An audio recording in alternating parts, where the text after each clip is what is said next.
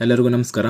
ಕರ್ನಾಟಕದಲ್ಲಿ second PUC science ಓದ್ತಾ ಇರುವಂತಹ ಅಭ್ಯರ್ಥಿಗಳಿಗೆ ಸಂಬಂಧಿಸಿದಂತೆ ಈ ವಿಡಿಯೋದಲ್ಲಿ dual nature of radiation chapter ನಲ್ಲಿ ಬರುವಂತಹ 1 ಮಾರ್ಕ್, 2 ಮಾರ್ಕ್, 3 ಮಾರ್ಕ್ ಹಾಗೂ 5 mark important question with answer ಗಳನ್ನ ಈ ವಿಡಿಯೋದಲ್ಲಿ ತಿಳಿಸ್ಕೊಡ್ತಾ ಇದ್ದೀನಿ. ಈ ವಿಡಿಯೋನ ಪೂರ್ತಿ ನೋಡಿ ಇಂಪಾರ್ಟೆಂಟ್ ಕ್ವಶನ್ ವಿತ್ ಆನ್ಸರ್ ಗಳನ್ನ ಪಡ್ಕೊಳ್ಳಿ.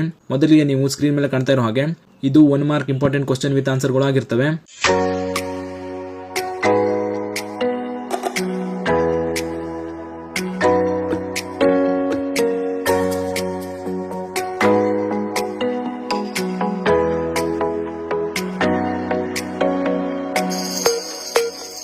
ನಂತರ 2 ಮಾರ್ಕ್ಸ್ ಇಂಪಾರ್ಟೆಂಟ್ ಕ್ವಶನ್ ಗಳನ್ನು ನೋಡೋದಾದ್ರೆ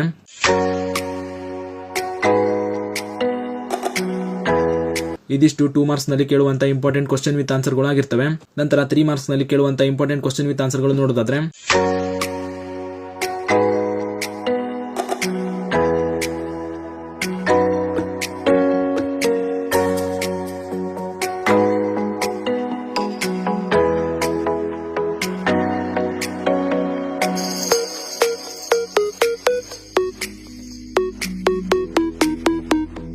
ಇದಿಷ್ಟು 3 ಮಾರ್ಕ್ಸ್ ನಲ್ಲಿ ಕೇಳುವಂತ ಇಂಪಾರ್ಟೆಂಟ್ ಕ್ವಶನ್ ವಿತ್ ಆನ್ಸರ್ ಗಳು ಆಗಿರ್ತವೆ. ನಂತರ ಕೊನೆಯದಾಗಿ 5 ಮಾರ್ಕ್ಸ್ ನಲ್ಲಿ ಕೇಳುವಂತ ಇಂಪಾರ್ಟೆಂಟ್ ಕ್ವಶನ್ ವಿತ್ ಆನ್ಸರ್ ಗಳು ನೋಡೋದಾದ್ರೆ